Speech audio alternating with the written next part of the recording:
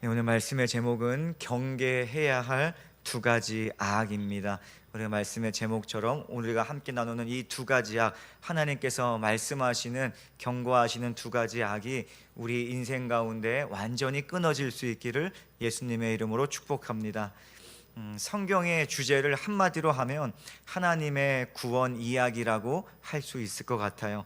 하나님은 수많은 민족 중에서 이스라엘을 택하셔서 하나님의 나라가 되게 하셨습니다. 그리고 이스라엘이 하나님의 백성이 되게 하셨죠. 무엇보다 이스라엘을 제사장 나라로 삼으셨다라고 말씀을 하세요.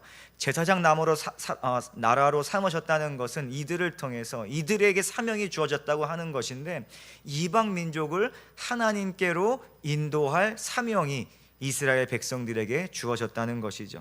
그러니 이들은요, 하나님이 왕 되신 나라의 백성으로서 세상과는 구별될 필요가 있었다는 것입니다. 세상과 좀 다른 나라가 되어야 돼요. 하나님만을 섬기는 나라. 그런데 민망하게도 구약 성경이 증언하는 이스라엘 민족은 자신에게 주어진 거룩한 사명을 충성스럽게 감당하지 못했습니다.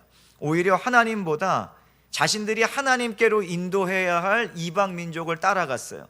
이방 민족과 비슷하게 살아갔습니다. 그들을 닮아갔다는 거예요.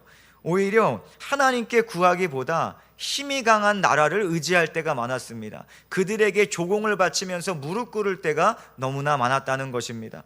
하나님은 이스라엘 민족이 자신들의 죄를 깨닫고 회개하여서 하나님께 돌아올 수 있도록 계속해서 선지자들을 보내셨어요. 선지자들을 보내셔서 너 이거 잘못했어, 너 이거 죄악이야 라고 계속해서 말씀해 주셨다는 것입니다. 예레미야 선지자가 하나님의 부르심을 받았을 때도 역시나 이스라엘 민족은 하나님을 멀리 떠나서 살고 있었습니다. 하나님과 상관없이 세상에서 구별되지 못한 채로 살아가고 있었어요. 지난주 우리 말씀 기억하세요? 요시야 왕에 대해서 함께 나눴습니다. 요시야가 통치 18년째 되는 해에 성전을 보수했죠. 그리고 율법책을 발견해서 율법책을 들을 때 옷을 찢으면서 야, 우리가 율법의 말씀을 이루어야겠다. 그래서 전국적으로 북이스라엘까지 포함해서 종교 개혁을 단행했던 것을 지난주에 살펴보았어요. 그런데 오늘 보니까 예레미야가 부르심을 받았을 때는 1장을 보니 요시야 13년 때래요. 근데 종교개혁은 요시야 18년도에 일어났는데 지금 요시야 13년이래요. 이때는 아직 종교개혁이 일어나지 않았을 때입니다.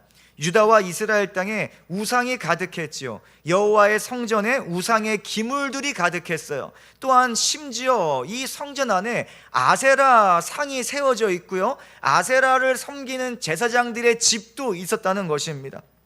한마디로 이스라엘 민족이 하나님을 떠나서 세상 헛된 것을 의지하며 자신의 정욕을 위해서, 자신의 배를 위해서 열심히 살아가던 때가 예레미야가 하나님께로부터 부름받았던 그때라는 것입니다. 오늘 본문 13절에서 하나님은 당시 이스라엘 민족의 죄악을 분명하게 드러내시고 말씀하셨어요. 13절을 보도록 하겠습니다. 내 백성이 두 가지 악을 행하였나니 곧 그들이 생수의 근원되는 나를 버린 것과 스스로 웅덩이를 판 것인데 그것은 그물을 가두지 못할 터진 웅덩이들이라. 두 가지 악이 뭐예요? 하나님께서 무엇을 말씀하셨습니까? 첫 번째는 하나님을 버린 것이 너희의 악이야 라고 말씀하세요. 하나님 버린 것. 두 번째는 스스로 웅덩이를 파며 살아가는 것이 너의 악이야 라고 그 두 가지 악을 분명히 말씀하셨습니다.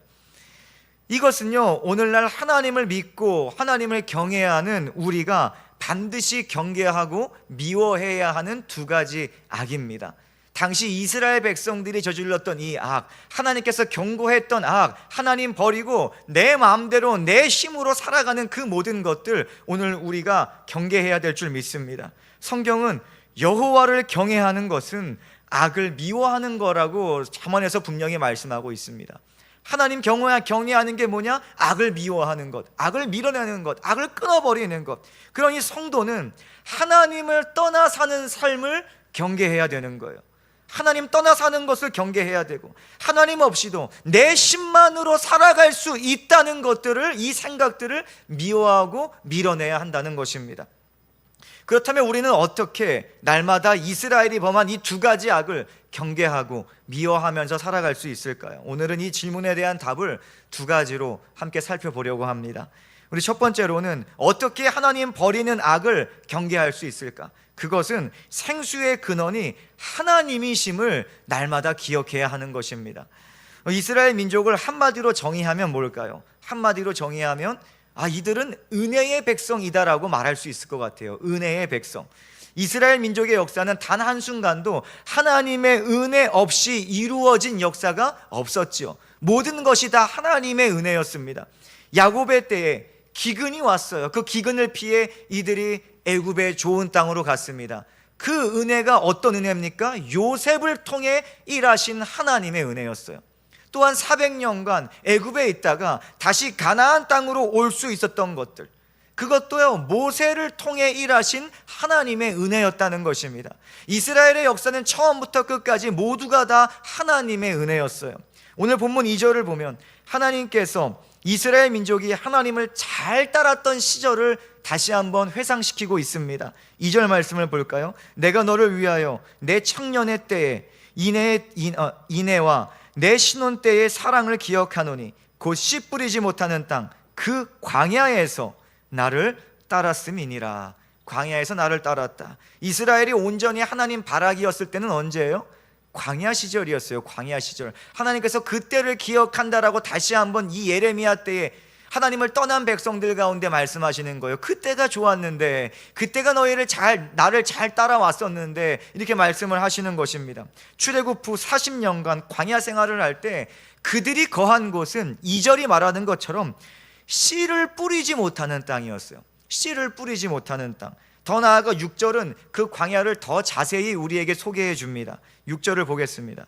광야 곧 사막과 구덩이 땅, 건조하고 사망의 그늘진 땅, 사람이 그곳으로 다니지 아니하고 그곳에 사람이 거주하지 아니하는 땅이라고 말하고 있어요. 광야에 대해서 이렇게 말해줘요. 한마디로 이스라엘 민족이 스스로의 힘으로는 그 무엇 하나 제대로 할 수 없는 척박하고 소망 없는 땅이 바로 광야였다는 것입니다. 씨를 뿌려도 수확할 수 없어요. 그래서 씨 뿌리지 못하는 땅인 거예요. 아무리 씨를 뿌려도 수확할 수 없습니다. 길도 없어요. 그 누구 하나 다니지 않습니다. 그 누구 하나 그 광야를 개척하려고 하지도 않아요. 왜? 할 수 없으니까. 애초에 안 되는 땅이기 때문에 그렇습니다. 근데 이스라엘 백성이 그 사망의 그늘진 땅에서 40년간 보냈다는 거예요. 어떻게 그 40년을 짧지 않은 시간을 보냈을까? 그것도 겨우겨우 목숨만 겨우겨우 연명한 수준이 아니라 성경은 이렇게 말해요. 그 40년 시절이 부족하지 않았다라고 말해요. 부족하지 않았다. 광야인데 씨 뿌리지도 못하고 길도 없고 아무도 살려하지 않는 땅에 40년간 지났는데 부족하지 않았다라고 말해요.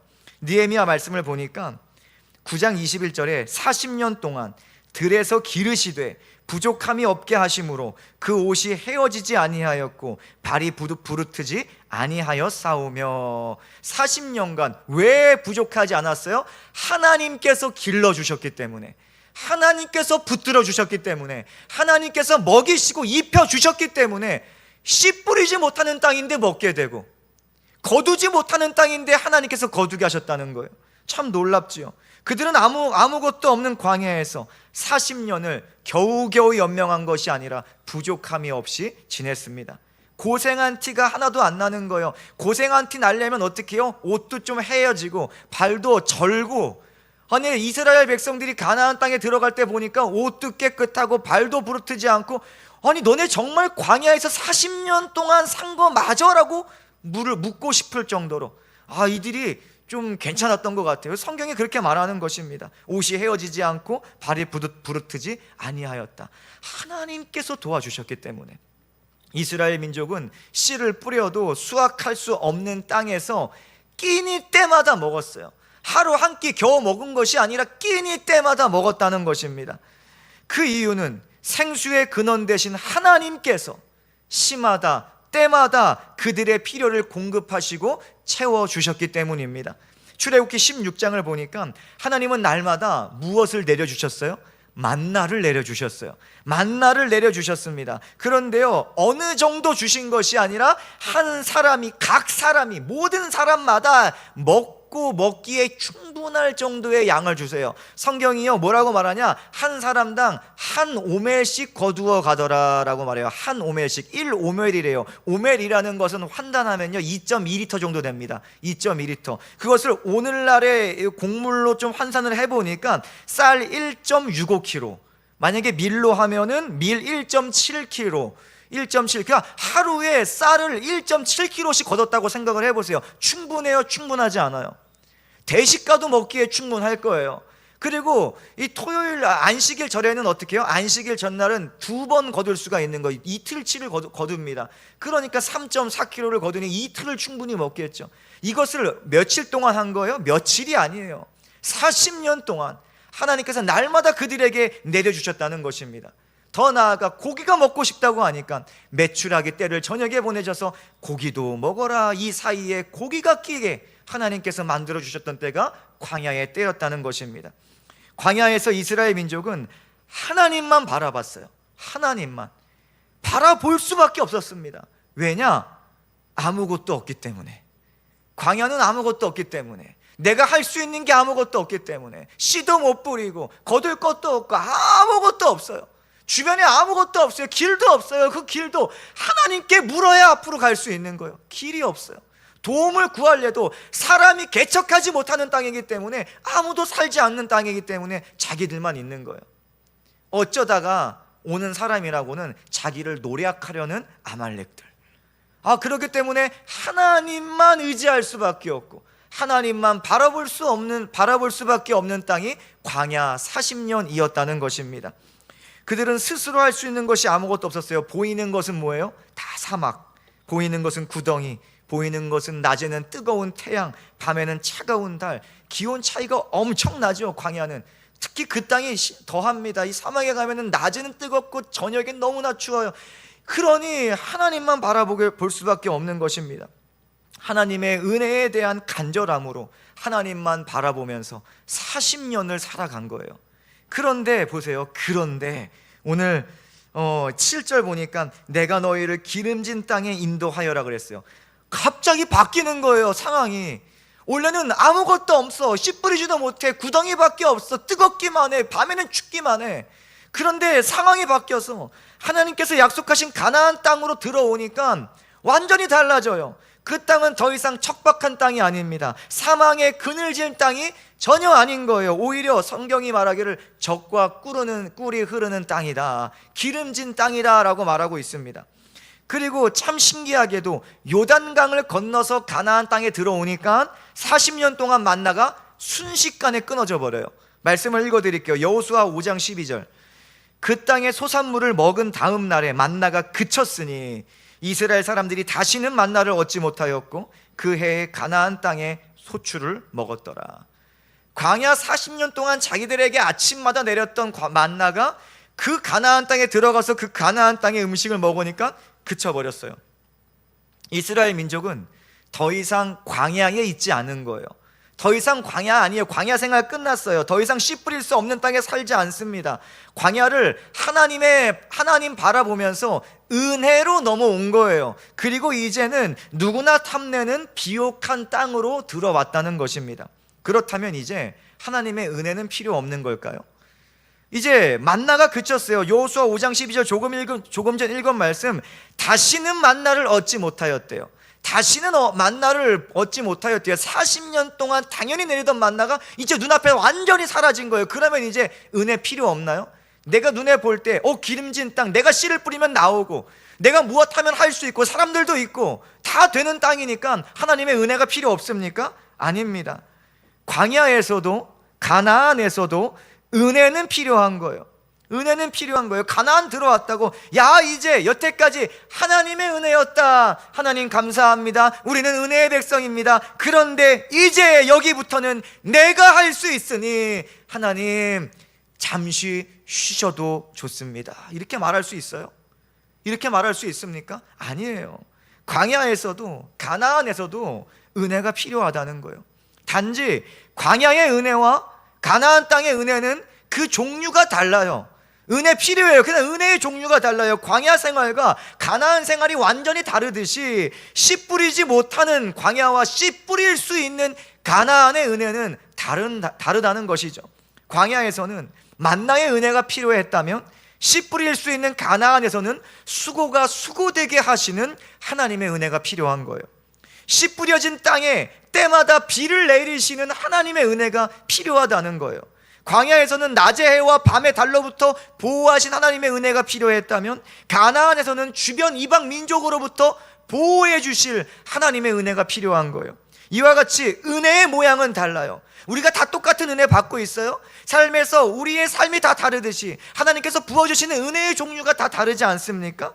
은혜의 모양은 다 달라요. 은혜의 종류는 달라요. 그러나 그 은혜 주시는 분은 같습니다. 은혜를 베풀어 주시는 하나님은 한 분이십니다. 바로 살아계신 여호와 하나님이시죠. 그러므로 광야든 가나안이든 하나님의 백성은 하나님을 따라야 돼요. 생수의 근원 되시는, 생명의 근원 되시는, 은혜의 근원 되시는 하나님을 찾고 하나님을 구해야 하는 것입니다. 그러나 가나안으로 들어온 이스라엘 민족은요, 그 상황이 달라졌잖아요. 상황이 달라지듯이, 환경과 상황이 달라지듯이 그들의 삶의 태도가, 그들의 마음이 완전히 달라져 버린 거예요. 더 이상 광야 때와 같이 하나님 바라보지 않아요. 아무것도 없어서 하나님만 바라볼 수 있었던 그때와는 전혀 달라요. 보는 게 너무나 많은 거예요. 보이는 게 얼마나 많은지, 이것도 내가 할 수 있겠고 저것도 내가 할 수 있겠고 이것도 내 능력으로 될 것 같으니까 하나님 바라보지 않습니다. 오히려 하나님 버리고 이방 우상을 따르기 시작을 해요. 바알을 따르고 아세라를 따르기 시작합니다. 하나님께 묻기를 중단해 버렸어요. 우상의 음란한 제사에 동참하기 시작했습니다. 이스라엘은 그들이 멀리하고 쫓아내야 할 이방 민족의 가치를 따라서 살아갔어요. 구별됨이 사라진 거예요. 구별할 수 없어요. 이들이 하나님의 백성인지 아니면 하나님 모르는 백성인지 구별할 수 없을 정도로 이들의 삶이 이렇게 변해갔다는 거예요. 오늘날 우리는 어떻습니까? 많은 성도님들이 인생의 광야에서 살아계신 하나님 만납니다. 여러분 인생의 광야 다 지나오셨죠? 그 광야에서 하나님께 구할 때 하나님 만나주셨어요. 많은 성도님들이 스스로 할 수 없는, 소망 없는 때에 제일 많이 교회에 나와요. 제일 인생의 밑바닥에 왔을 때 교회에 나오는 사람들이 대부분입니다. 이혼의 위기 가운데 나오고요, 사업 문제의 위기 가운데 나오고요, 자녀 간의 갈등 가운데 교회에 나오고요, 여러 사람의 문제 가운데 교회에 나오고요. 많은 사람들이 이 인생의 광야에서 나와서 기도하고 은혜 받고 문제가 해결되고 얼마나 많습니까? 만나의 은혜를 경험해요. 채우시는 은혜 경험해요. 먹이시는 은혜 경험해요. 홍해를 가르시고 여리고를 무너뜨리는 은혜를 경험합니다.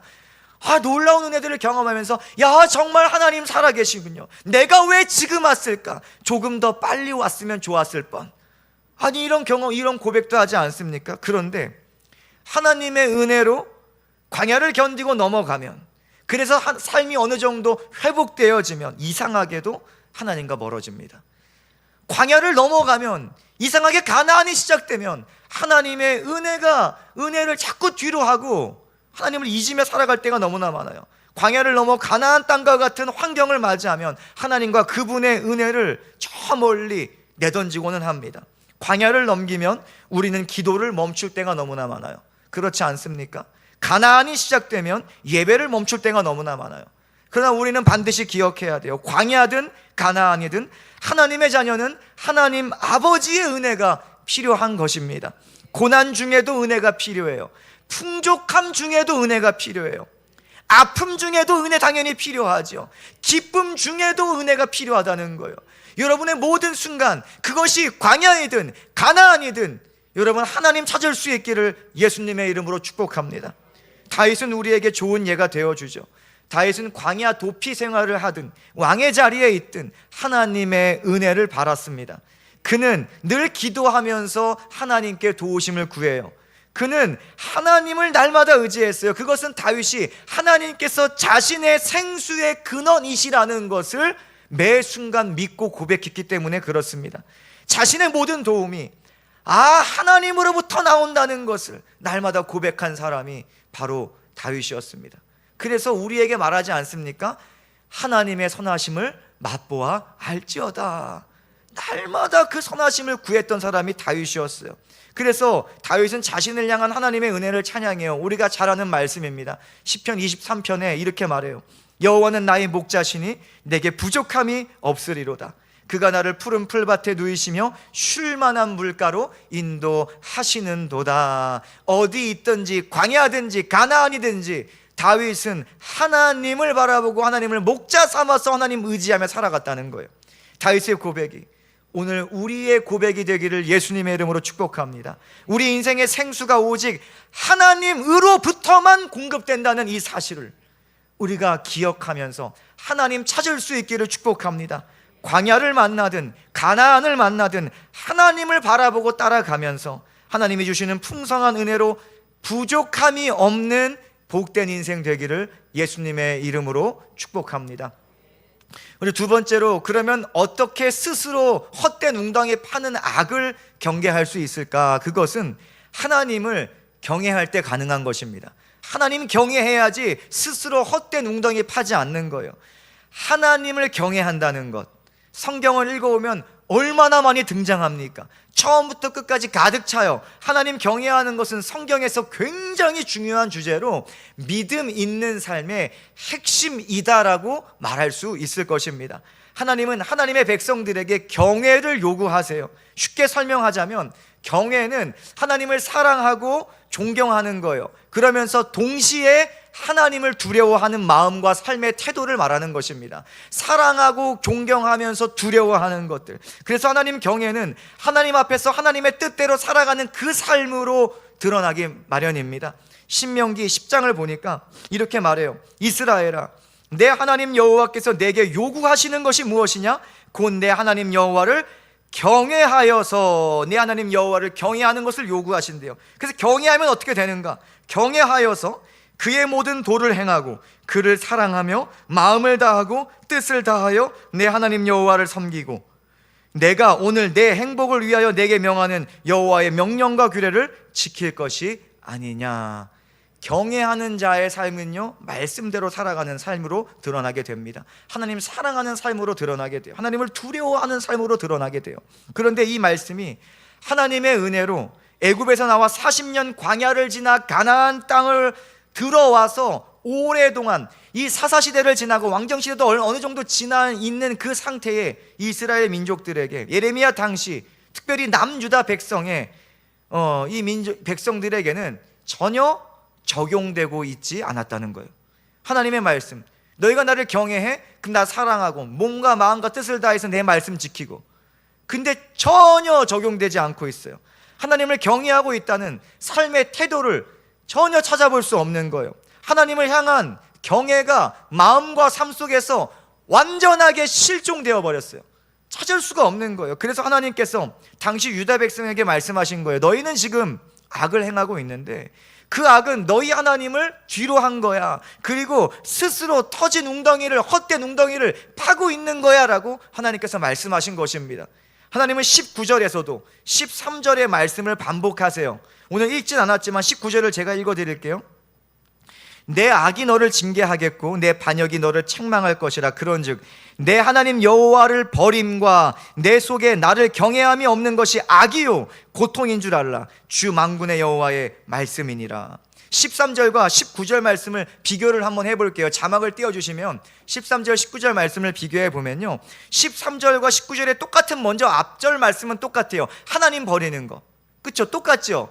13절에서는 뭐라고 말합니까? 두 가지 악인데 생수의 근원되는 나를 버린 것과 하나님 버린 것이 악이야. 19절도 마찬가지입니다. 내 하나님 여호와를 버린 것이 너희가 악이고 고통인 줄 알라. 두 번째를 보세요. 13절에서는 스스로 웅덩이를 판 것이 악이야. 그런데 19절에서는 내가 하나님 경외함이 없는 것이 악이야. 그러니까 이것이 같은 말로 볼 수가 있는 것입니다. 그러니 스스로 웅덩이를 파는 삶은요, 곧 하나님을 경외하지 않는 삶이라고 말할 수 있어요.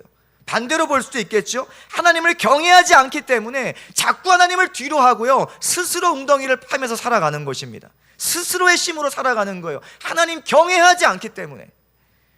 우리가 오늘 말씀에서 이 경외에 담긴 여러 의미들이 있는데 사랑, 존경, 두려움, 여러 의미들이 복합적인 단어가 경외이기 때문에, 근데 그 의미들 중에서 두려움을 강조하려고 해요. 두려움을 강조해서 본다면 하나님의 백성이 하나님을 두려워하지 않기 때문에 하나님을 함부로 대하는 거예요. 하나님에 대한 두려움이 없기 때문에 하나님을 별거 아닌 존재로 취급해버린다는 것입니다. 그래서 자신들을 구원한 하나님을 저 멀리 던져버리고 가나안 땅에 들어와서 다른 신으로 갈아타는 거예요. 하나님을 두려워하지 않으니까. 오죽이나 답답하셨으면 하나님께서 10절 11절에 이렇게 말씀하시죠.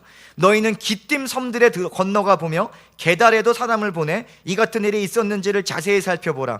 어느 나라가 그들의 신들을 신 아닌 것과 바꾼 일이 있느냐. 그러나 나의 백성은 그의 영광을 무익한 것과 바꾸었도다.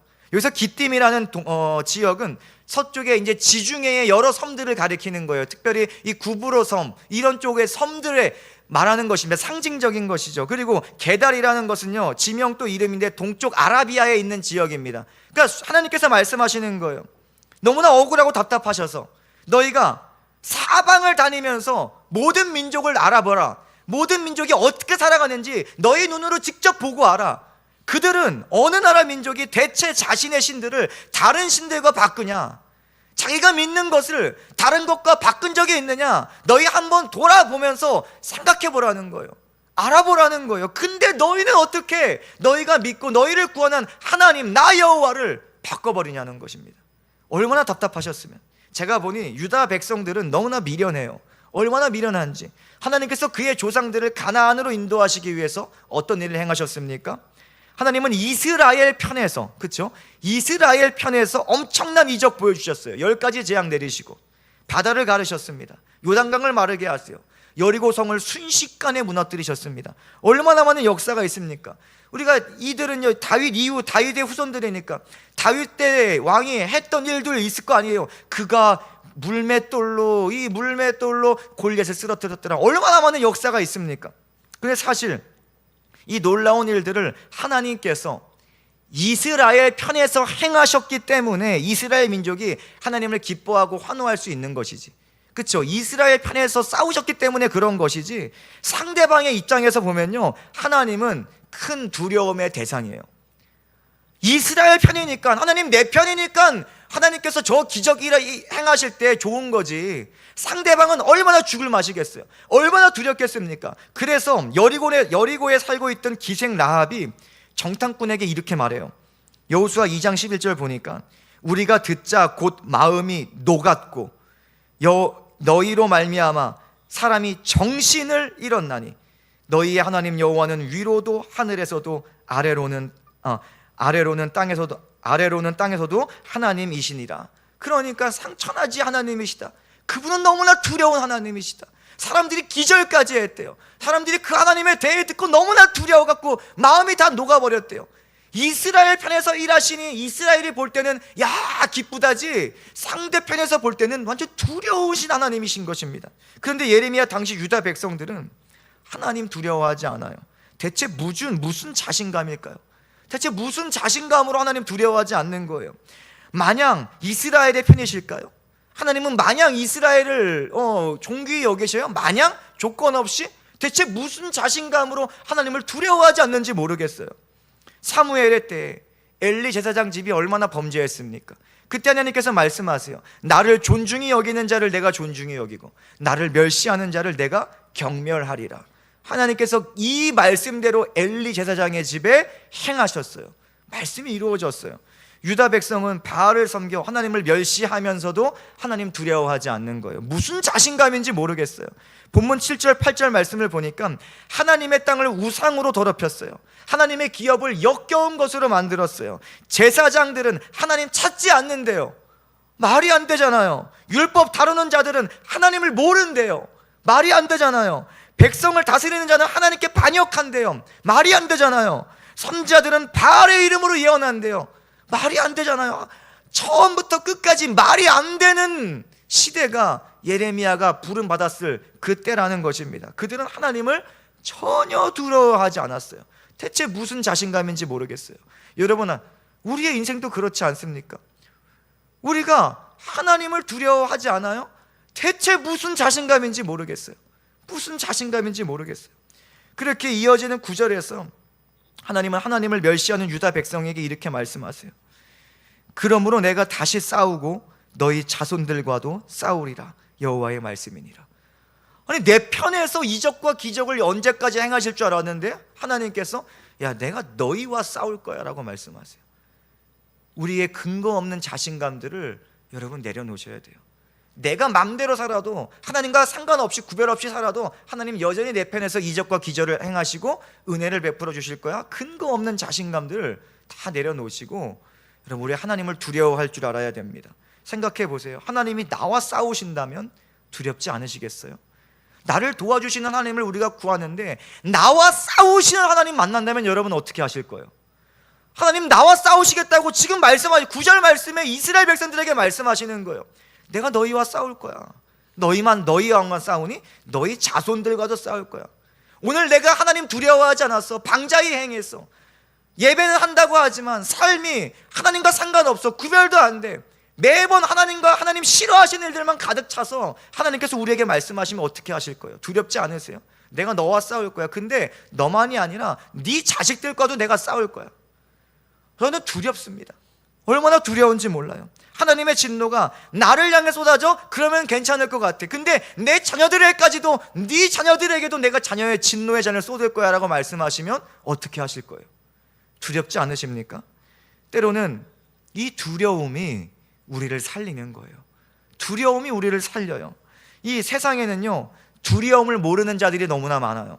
그래서요, 두려움보다 스릴을 즐기는 자들이 너무나 많아서 높은 곳을 맨몸으로 기어 올라가거나 두려움이 없어요. 두려움이 없어요. 올라가요. 빌딩도 올라가요. 높은 산도 올라가요. 상관없습니다. 어떤 애들은 몸 하나 겨우겨우 통과할 수 있는 미지의 동굴로 기어 들어갑니다. 깊은 곳으로 기어 들어가요. 그리고 더 심한 거는요, 뒤에 산소통 메고 수중 동굴로 하나하나 몸 겨우 들어갈 수 있는 걸 비집고 들어갑니다. 그거 스릴 있게 두려움이 없는 거예요. 그런데 어느 순간 두려움을 모르고 높은 곳으로 올라가다가 깊은 곳으로 빠져 들어가다가 두려움이 몰려오는 순간이 있어요. 그들도 사람이기에 두려움이 몰려오는 순간이 있어요. 이미 손쓸 수 없는 채가 너무나 많습니다. 얼마나 많은 사건 사례들이 있는지 몰라요. 무수히 많습니다. 똑같은 수중 동굴을 탐가해도요 100명이 넘게 죽는 사례가 있는데도 또 다시 두려움 없는 사람들이 이거 공기통 메고 들어가요. 얼마나 많은 사건이 있는지 모릅니다. 이들은요 왜 죽는 거예요? 두려움이 없어서 죽는 거예요. 두렵지 않기 때문에, 내가 할 수 있기 때문에, 할 수 있을 것 같아서 들어갔다가 두려움이 몰려오면 죽는 것입니다. 하나님을 두려워하는 경외심이 없으니 유다 백성이 방자히 행하죠. 하나님 없는 삶을 두려워하지 않으니 스스로의 생각과 열심으로 헛된 웅덩이를 날마다 파면서 살아가는 것입니다. 오늘 우리에게도 하나님을 경외하는 마음이 필요한 거예요. 하나님을 두려워할 줄 아는 이 두려움이 우리 가운데 필요한 것입니다. 하나님을 향한 경건한 두려움이 우리가 헛된 웅덩이를 파지 않게 만들어주는 것입니다.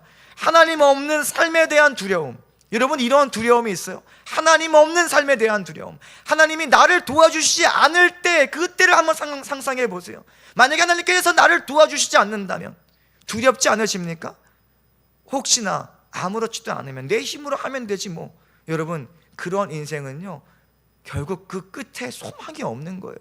하나님만이 생수의 근원이시고 하나님만이 생명이 되어주시기 때문에 하나님 없는 삶에 대한 두려움이 믿는 우리들 가운데 있을 수 있기를 예수님의 이름으로 축복합니다.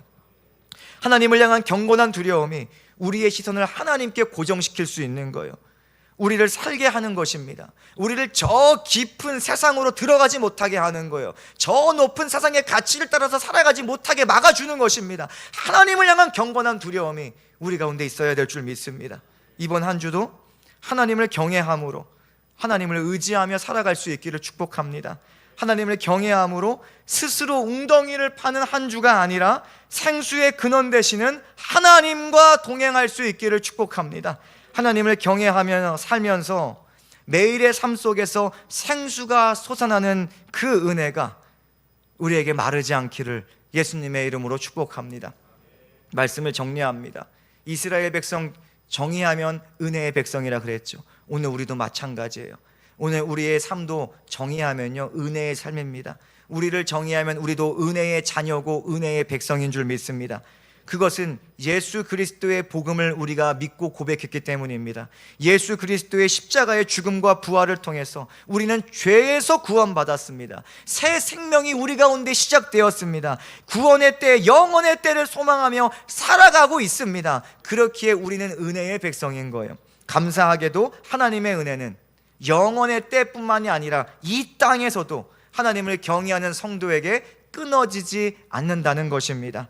우리는 여기까지 은혜 베푸신 에베네셀의 하나님, 또한 앞으로도 우리에게 은혜를 베푸시고 베풀어주고 또 베풀어 주실 여호와 이레의 하나님을 기뻐하면서 또한 그분을 기쁘시게 하는 거룩한 삶을 살아가야 되는 거예요. 하나님을 기뻐하는 삶, 또한 그분을 기쁘시게 하는 삶, 이 두 가지가 동시에 가야 될 줄 믿습니다. 이 일을 위해 우리는 늘 하나님께서 말씀하신 두 가지 악을 경계하고 미워해야 돼요. 하나님을 버리는 악을 경계해야 되고, 하나님을 경외하지 않고 스스로 헛된 것을 붙들고 터진 웅덩이 파는 악을 경계해야 됩니다. 여러분, 돈의 웅덩이는 여러분을 살리지 못해요. 명예의 웅덩이는 여러분을 살리지 못해요. 사람의 웅덩이는 여러분을 살리지 못합니다. 여러분, 소망 주지 못합니다. 오직 하나님이 하십니다. 예수 그리스도의 그 놀라운 생명의 웅덩이를 팔 수 있기를 예수님의 이름으로 축복합니다. 하나님은 생수의 근원 되십니다. 광야에서도 가나안에서도 우리의 필요를 공급하시리라 믿습니다. 모든 어려움을 견디고 이길 힘과 지혜를 하나님께서 우리에게 더하여 주실 거예요. 그 모든 일에 우리를 혼자 두지 않으시고 하나님께서 오늘도 이번 한 주도 앞으로의 삶도 우리와 함께 하실 것입니다. 오늘 말씀을 기억하면서 이번 한 주도 하나님을 그냥 따라가는 게 아니라 전심으로 따라가며 생명 다해 뜻을 다해 힘을 다해 따라갈 수 있기를 축복합니다. 하나님 경외하며 하나님을 따라가는 자에게 주어지는 한량없는 은혜가 우리 교회를 향한 은혜가 되고 우리 모든 성도님들의 가정을 향한 은혜가 될 수 있기를 예수님의 이름으로 축원합니다. 아멘.